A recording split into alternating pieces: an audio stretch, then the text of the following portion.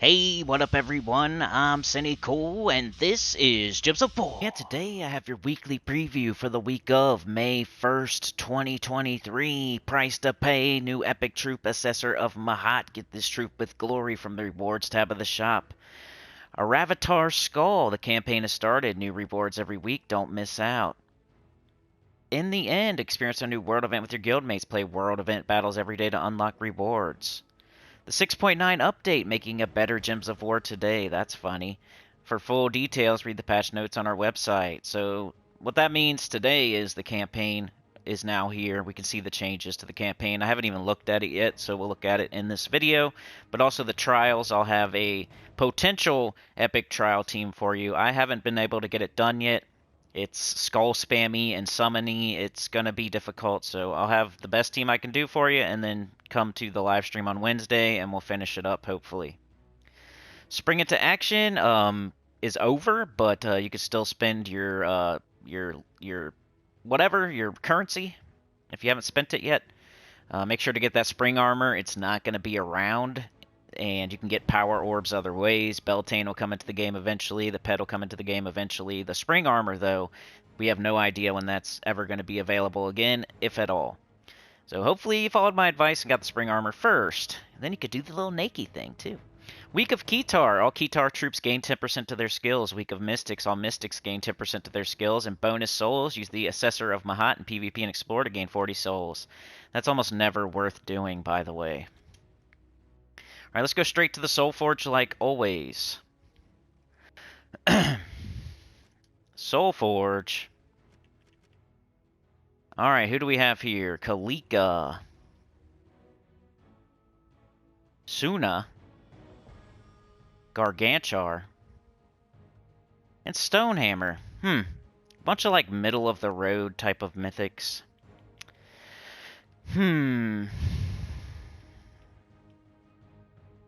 Kalika just does a bunch of damage. Suna's kind of interesting. Some people like her. Steal life from the first two weakest, or steal life from the two weakest enemies, then steal 8 magic from the two strongest enemies. Garganchar is one of the worst in the game, so we can start to figure it out. Just, hey, Garganchar is one of the worst in the game. Put him on the bottom. Kalika is very average. Stonehammer's pretty average. I'd say Suna. I mean, shout out to Michael out there. I know you like Suna, right? Suna is the best this week, but she is an above-average mythic in my opinion. No good traits, really. Fairy Fire is decent, but that's it. And there's other ways to Fairy Fire better. Stealing life is nice, but, you know, it's 2 enemies, and then stealing magic from the 2 strongest, you know, it's just not the greatest. It's above average. So do not craft anything this week, basically. Kalika? Might be Stonehammer next. Stonehammer, 22, blue, brown, yellow, KZL, Divine Dwarf, stun and burn all enemies. Create a mix of 22 red and brown gems, gain 41 life. Reduce damage from skulls by 80%. So that's his main gimmick is the Unbreakable. You can put him with some other troops, you know, red and brown. You can do something there. He can loop a little bit sometimes. But once again, he's the pretty much an average mythic, like if you ever saw one. And then, of course, Kalika would be next. Average to below average. Just does damage. Really doesn't do much else. 24 green, blue, red, elemental mystic. Deal damage to 4 random enemies, boosted by elemental stars. 50% chance to create an elemental star at the start of my turn. Then Garganchar, I have a video out there, the top 5 worst mythics in the game. Garganchar made the list, so it's one of the worst in the game. 22 red, purple, brown, Groshnock, Daemon, Orc.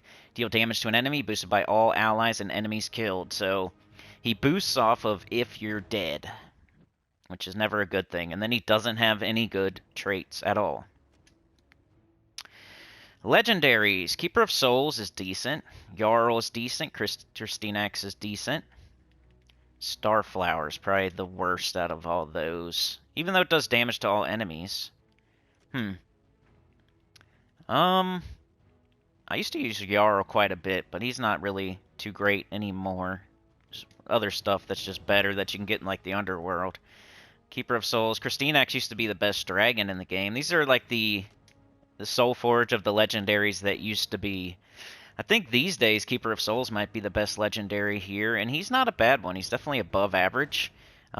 He's the thing you're going to have to rely on in the epic trials, but he's decent for the, I think he's a world event option too. Check out my world event video, by the way, the team video. I did a skull spam team, and 3 other teams, high, mid, and low. 15 brown, purple, Kitar Undead. Transform all gems of a chosen color to skulls. 50% chance to summon a white when an enemy dies. Necromancy. So he's pretty good at like controlling the board. You can choose any color and change it to skulls. Doesn't get used a lot, but he's definitely above average. Probably the best one here this week. Out of these two, man, I'm gonna go. I don't know. I'm gonna go Jarl, I guess. 15 red, brown, Stormheim, Elemental Giant. Create 9 red and 9 yellow gems, then deal 44 damage to an enemy. Just for, like back in the day, it was like, I had Jarl. Some people had Christinax. You're either a Jarl or a Christinax back in the day. I was a Jarl. Burn a random enemy on 4 or 5 gem match. It creates 9 red and 9 yellow gems, then deals damage to an enemy. So it can get a little bit loopy. It does use red. If you put multiple, like Jarl, Hero, Goblin Bomber, or, what's it called? Goblin Rocket. That's what I used to use way back in the day. Was, decent, but I don't think I would use it these days. Christinax, 16 green, blue, Silverglade Dragon. Remove all gems of a chosen color. Deal damage to all enemies boosted by gems removed. Summon a Silver Draken. Gain enchant when matching purple gems, and 50% stone, 50% skull reduction. Solid, not bad. I used to be the best dragon in the game. And then Starflower, damage to all enemies, boosted by ally and enemy Fae. Summon a random Fae. There's a 20% chance to transform a random enemy into a pixie. 50% chance to fairy fire a random enemy at the start of my turn. 25% skull. You know, she's like kind of underrated, but in that most people probably think she's below average, and she's actually like average. So one of those where it's overlooked and underrated, but nothing like, it wouldn't matter if people did rate it right, because it's still not worth mentioning, really. So weapons. So the story of that so far is like, don't spend any diamonds, basically. Alright, Tomb Lord's Crook is one of those explodey weapons for Kitar allies. Those are always worth taking a look at and collecting. Scrab Blade, another one. Undead allies. Dead Gauntlet makes blue and purple for boosted by undead. Doom Tome is probably the most important thing in the entire Soul Forge. But once again, you know how I feel about that. I probably don't have to explain it. It's very limited on when you would use it. It's that just one day out of every 5 weeks. And that one guy fights you, depending on where you're at in Guild Wars. It's very important at the higher end of Guild Wars. It's inconsequential at the lower end of Guild Wars. So if you're still saving up for Ironhawk or something, that's a lot of diamonds, 900 diamonds, to get a book you're going to use every once in a while. Bone Shield, damage, purple and brown for Kitar. And then Withering Touch, steal life from the first enemy and drain all mana from them. So a bunch of like decent weapons. Like if you had to put if you gave like a score to each weapon and then added them all up, this would be probably one of the better weeks for a Soul Forge. But you know, where you would give a rope dart a 10, a lot of these are like a 6 or a 5. So just the total of all of them, because there's decently usable. Like everything I mentioned is decently usable. So like if there was ever like you added up the score like from 1 to 10, like the Doom Tome might be like a 7 or an 8. And then everything else here is like a 5 or a 6.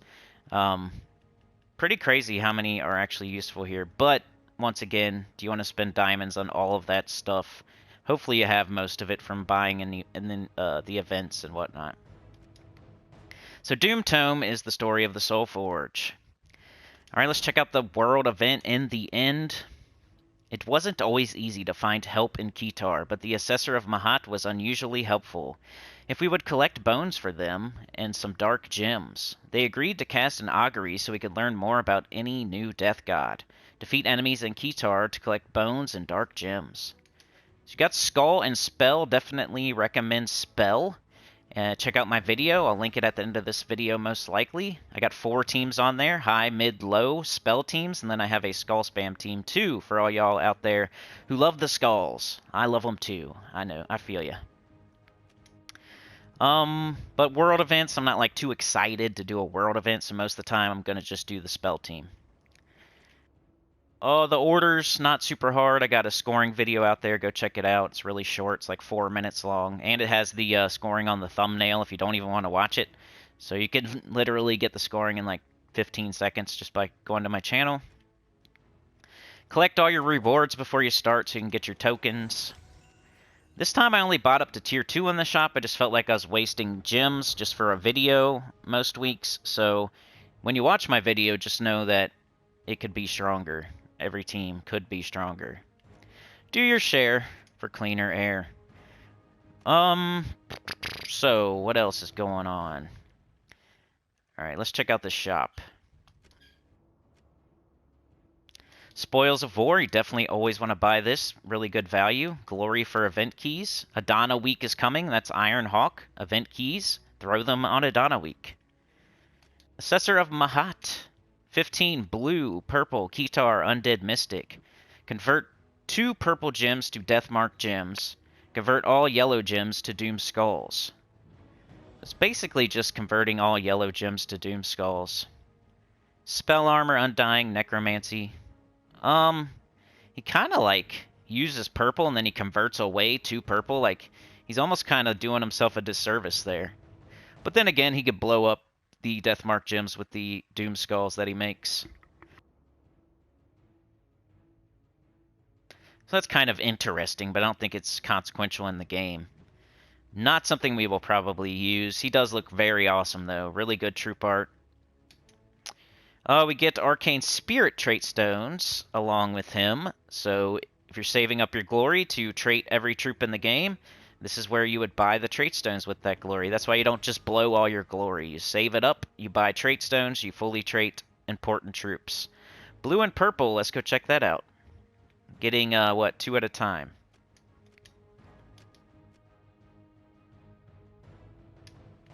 Alright, purple, blue, all colors, base rarity. Let's show all. Okay. Anything. King of Ravens, Ferris Ra has that Necromaster if you're still doing that. If you're living in the past, soul farming, Ferris Ra is there. If you need them fully traded. Skady has the ice, Snowstorm. Ular and Vernalis have a, decent Ancient Chill and Enchanted Vines. Possessed King is pretty important, that unstable possession. Maybe not, like, super important in the grand scheme of things, but a very fun troop to use and a very fun third trait to use. Just getting your Zul'Goth fully ascended and fully traded and everything. Laraza has the Unstable Mind, the Madness Storm. Scion has some decently cool stuff. The Steal Enemy Mana when dealing Skull damage. Queen Mab freezes a random enemy in 4 or 5 gem match. Shoggoth enrages a random ally when an ally casts a spell. Scylla has the Bone Storm on 4 or 5 gem match. Same thing as Possessed King, another neat third trait that's fun to use, but not super consequential usually. Triton has that 50% start for Merfolk. It almost looks like it says ass hat. Did you see that? It says ass and then it says hat. Ass hat. I'm gonna start calling him an ass hat. Probably shouldn't have said that word 50 times in a row. Empowered. Empowered Converter.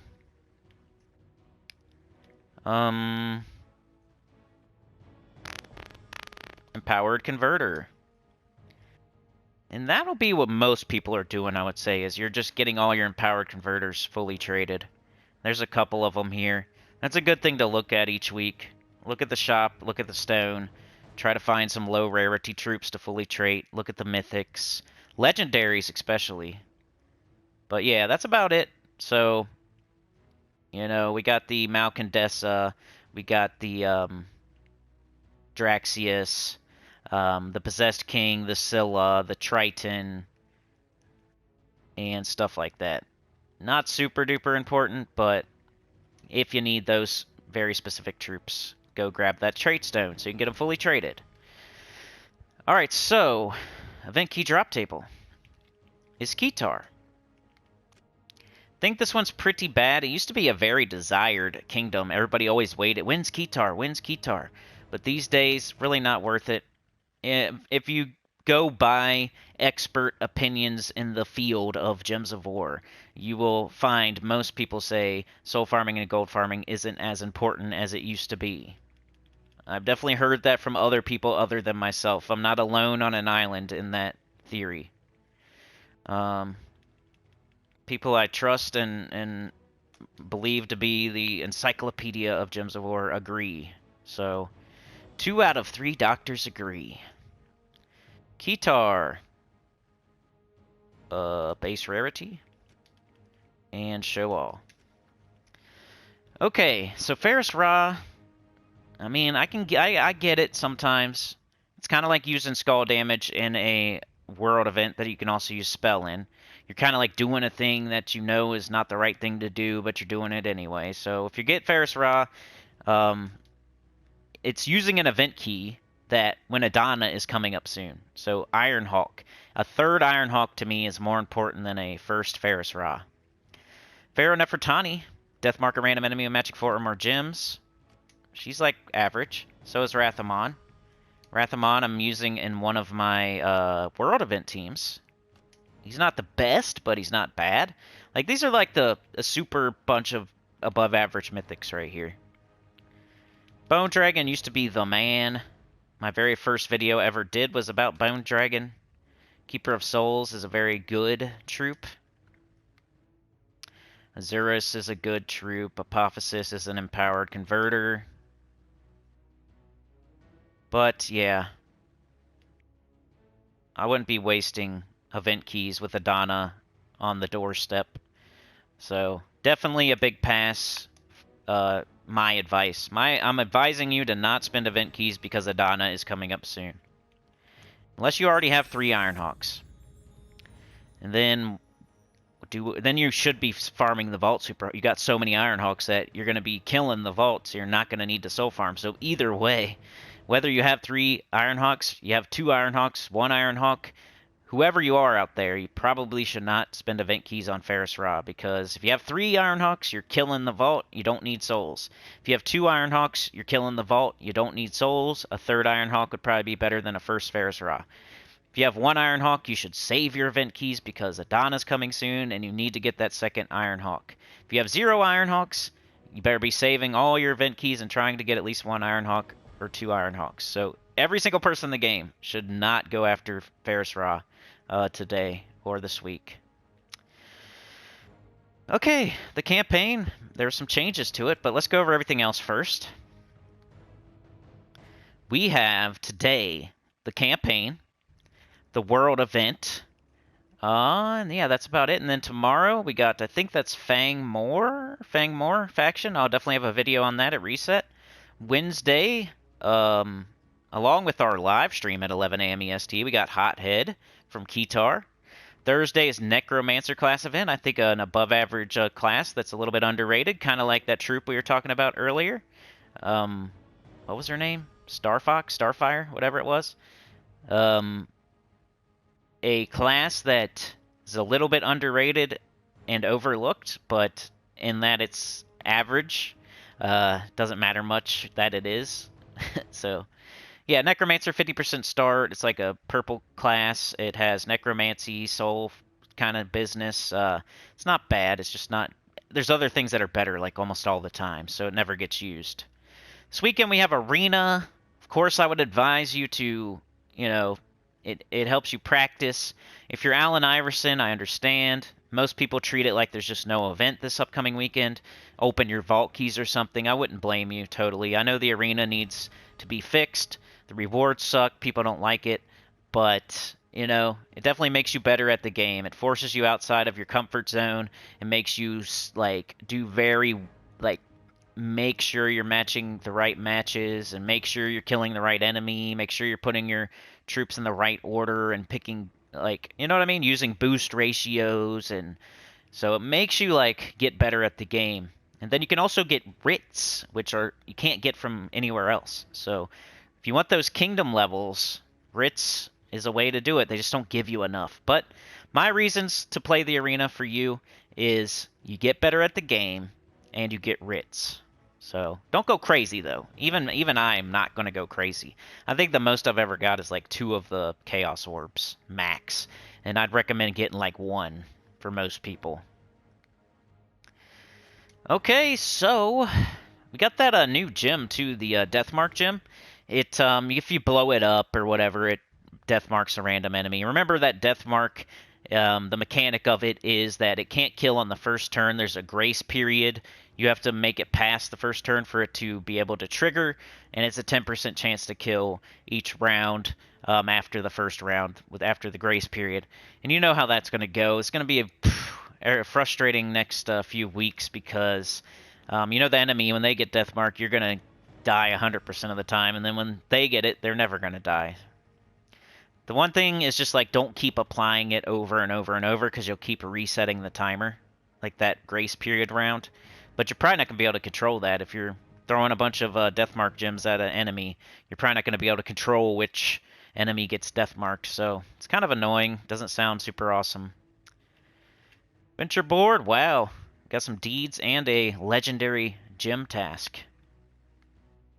Let's go do the epic trial. Yeah, this is really hard. It's hard. So there's not. I couldn't even get to 350 to show you that my team works, but I did beat the first epic trial with it. So at least I showed that it works on a, because that's what a lot of people are gonna do. They're just gonna do the first epic trial and then get a copy of the pet and then move on. They got a copy of the pet. They could use a minion orb on it one day, and or they can just come back to it one day when it comes back around. But epic trials are only available during the Kingdoms week, so the next time you're going to be able to do this is going to be like 37 weeks from now. So do your best, but at least get the first one done, the level 225 like I did. The team that I was using was Bone Dragon, Carrying Crow, Apophysis, Keeper of Souls. Bone Dragon inflicts frozen when enemies deal skull damage to me, so they can never get an extra turn with skulls as long as your Bone Dragon is up. Another reason to have him up here is because he totally blocks Keeper of Souls, so the Bone Dragon will go down eventually, and then your Keeper of Souls can take all the purple. The Keeper of Souls is your most important troop. It has a 50% chance to summon a white when an enemy dies. It transforms all gems of a chosen color to skulls. It's going to be the thing doing most of the killing. Carrying Crow deals damage to an enemy. If the enemy is undead, deal double damage. If the enemy dies, create 8 skulls. That's good, like, early in the trials, but when you get to the epic trials, it's kind of just, like, there to die and take some damage and maybe finish something off. Then Apophysis. Start battles with full mana, convert green gems to skulls, give 41 life to the first ally. It's kind of also there. I mean, it does help here and there, so make sure you use it whenever you have alignment with the skulls to green or green to skulls. And does pretty good, like a combo wombo between these two sometimes. So yeah. One thing that I've noticed over here is, first of all, you can't freeze the War Sphinx. The War Sphinx isn't undead, so you want to kill that as soon as possible.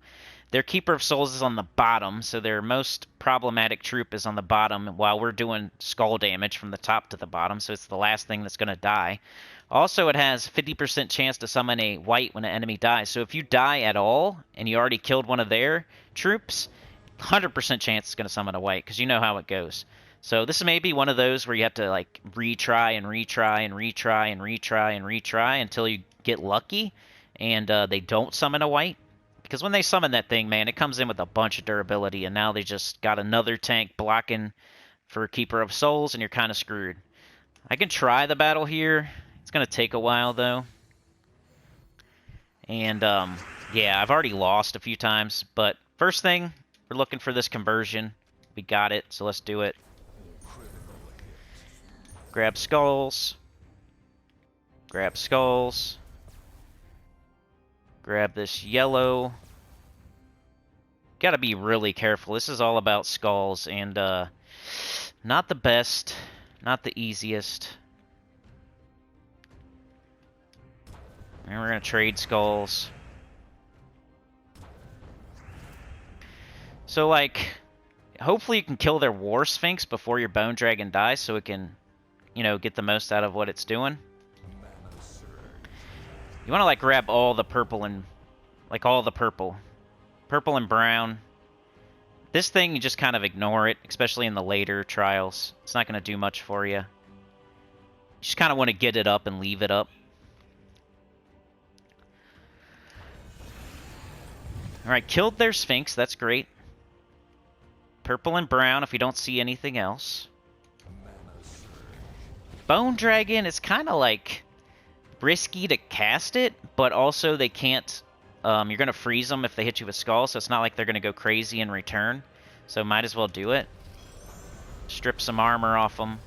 Potential extra turn. They can't do an extra turn. So it's pretty safe to cast it.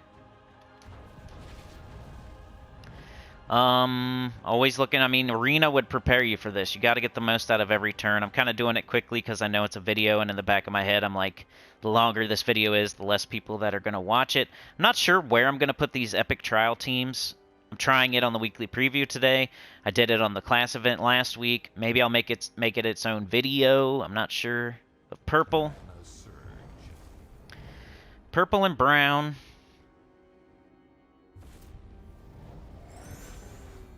Only, like, if our Bone Dragon dies, then Keeper of Souls gets all the mana. But if our Bone Dragon dies, they can then summon a white in, which is annoying. Do we have this? Yes. Yes. Okay. We could get skulls and blue. Get that blue so we can get that thing up, so we can, you know, get it all the way up so it's not blocking. Their Azirus isn't too scary. Their Alistair is just annoying. It's that Keeper of Souls that you got to get out of here. I think we can kill that thing and do double damage. As long as it's undead, it is. So we do 53 damage times 2. That's 106 damage. So that'll kill and make some skulls on the board. It's actually useful right now. So I'm going to go ahead and cast it. Because I know 100% chance that that's going to die before it casts by doing that. And now we have the Bone Dragon. I almost want to, like, not cast it and, like, try to get up my Keeper of Souls. Maybe that's the strategy I haven't tried yet. Let's take brown and hope for purple up top. Didn't happen, but they didn't take it either, so that's cool. I'll try to get up my Keeper of Souls. This is my new strategy in the middle of a video. Leave the Bone Dragon up for a little bit.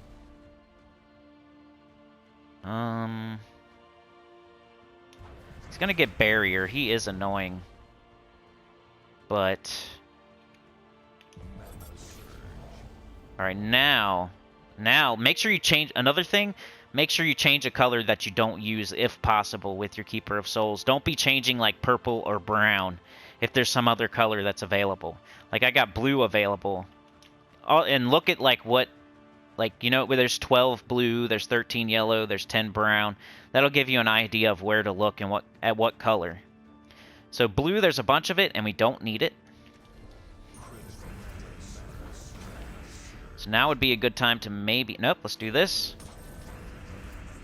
Oh, we got him up again. Yellow would be a good color. Here we go. I might win this. Brown. As long as he doesn't kill one of our troops and summon a white. Like, you would think, with them only having one enemy left, that it would be in the bag, but it really isn't. Because they can kill your Bone Dragon, summon a white, and then now it's 2 versus 3. And then they could kill your Carrion Crow, and then they get another white, and all of a sudden they're ahead. Should I cast that Bone Dragon, man? If there's no other mana, I might. Let's just do it. They can't go crazy on me. I need to get that damage down as soon as possible.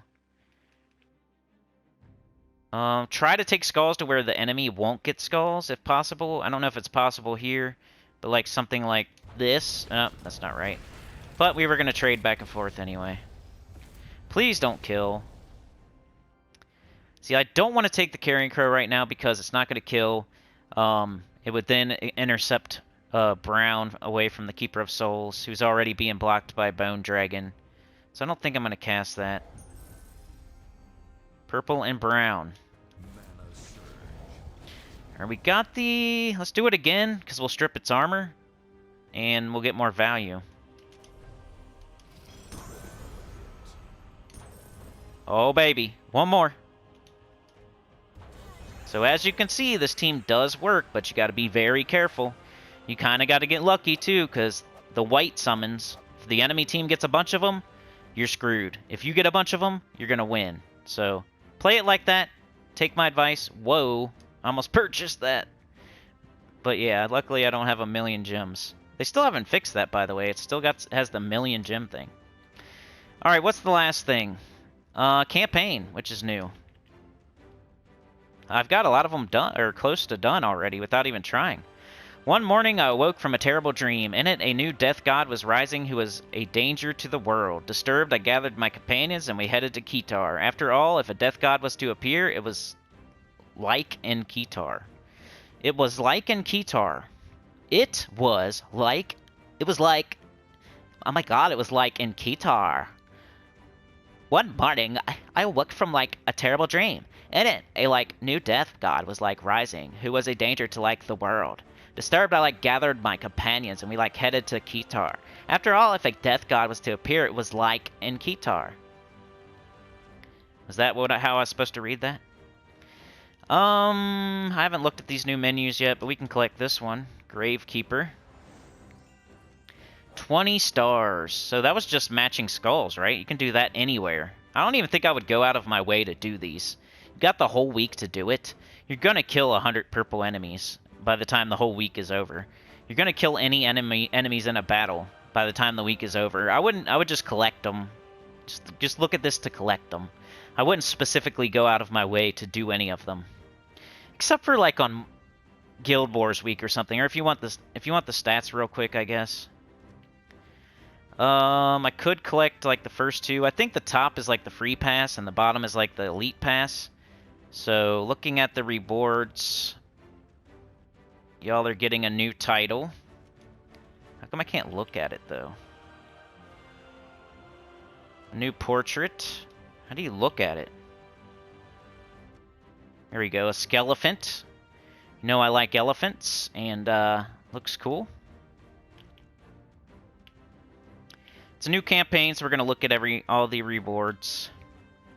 Did I miss any yet? Death rights. Explode a column. Create a Deathmark gem for each skull or purple gem in the chosen column. Depends what's on its perks or whatever it's tempering. If that's going to be good or not. Doesn't sound great. More skelephants. More skelephants. Cool portrait. Can't look at it though. Skelephants. Death Tarot.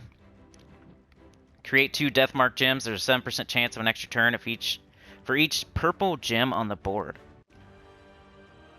Okay. Sorry this video is probably coming out a little bit later. It was the Epic Trial team that did it. Aravada, 22 purple, green, brown, Pride Lands, Divine Wildfolk. Ooh, it's a freaking elephant too, of course. They want to make me pay for it. Never, never, never. Deal true damage to an enemy boosted by my life. If the enemy dies, explode all Deathmark gems. Too bad it's an enemy. Create or convert 2 yellow gems to Deathmark gems when my turn begins. So, I don't know. Doesn't sound like super awesome. And yeah, that's about it. So that's the mythic, the weapon, the tarot card, and the pet. We're getting 2 magic on the first week. That's great. And I think that is everything. Is there anything else to mention? Oh yeah, check out the bug. I put a video out Sunday night, just like last week when it was the spring armor bug. There's another bug in the game right now that's like super crazy and beneficial, having to do with trials and your kingdom stars. Go check it out. I would link it at the end of this video, but I already said I was going to link my World Event Team video. So yeah, go check out the, I think it's called like, you know, Kingdom Stars, easy Kingdom Stars because of a bug. There's a bug in Trials, so there's easy Kingdom Stars. It's basically called something like that. Go look for it on my channel. I think I even have it like on my, if you just go to my channel, it's the video that plays automatically. So check it out. Like, share, subscribe, consider joining. Helps a lot. Get up on the channel comment below, and I'll see y'all next time. Peace.